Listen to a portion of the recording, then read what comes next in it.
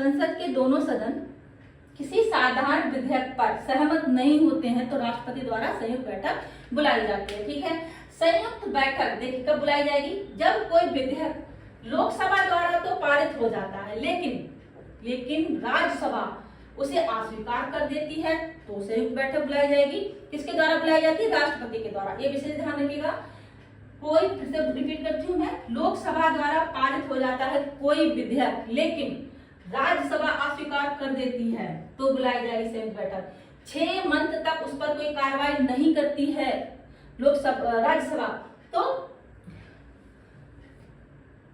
संयुक्त बैठक बुलाई जाएगी। संशोधन का प्रस्ताव देती है राज्यसभा लेकिन लोकसभा स्वीकार नहीं करती तो संयुक्त बैठक बुलाई जाएगी। इन 3 कंडीशनों में संयुक्त बैठक बुलाई जाती है। मैं फिर से रिपीट कर देती हूँ, राज्यसभा अस्वीकार कर देती है कोई विधेयक तब बुलाई जाती है, 6 माह तक उसको कोई कार्रवाई नहीं करती राज्यसभा तब बुलाई जाती है, संशोधन का प्रस्ताव देती है लेकिन लोकसभा उसको स्वीकार नहीं करती है तो संयुक्त बैठक बुलाई जाती है। किसके द्वारा? राष्ट्रपति संयुक्त बैठक बुलाते हैं।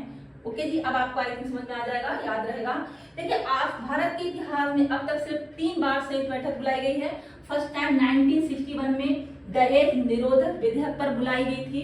ठीक है, 1978 में बैंकिंग सेवा आयोग रद्द विधेयक पर बुलाई गई थी।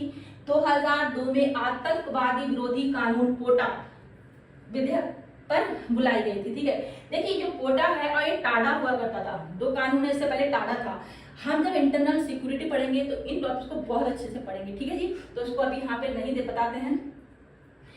कोटा जो था ओवरव्यू में दे देती हूँ आपको। कोटा जो कानून था इनमें शक के आधार पर भी गिरफ्तारी हो जाती थी। ठीक है, अपने द्वारा दिए गए बयान को ही सच्चाई मानकर कार्रवाई हो जाती थी, शक के आधार पर किसी को भी गिरफ्तार किया जाने लगा था।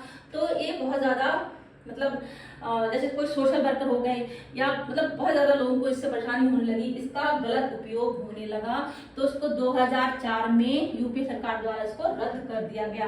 जब हम इंटरनल सिक्योरिटी पढ़ेंगे तो हम इस टॉपिक को बहुत अच्छे से देखेंगे। ठीक है जी, भारत की संचित निधि से धन निकालने के लिए विनियोग विधेयक पारित करना होता है। भारत की संचित निधि से धन निकालने के लिए विनियोग विधेयक पारित करना होता है।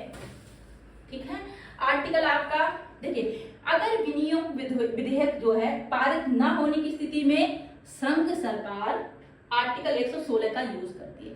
आर्टिकल 116 में लेखा अनुदान द्वारा लोकसभा लेखा अनुदान के माध्यम से निश्चित अवधि के लिए भारत की संचित निधि से अग्रिम निधि जो है निकाल के दे देती है।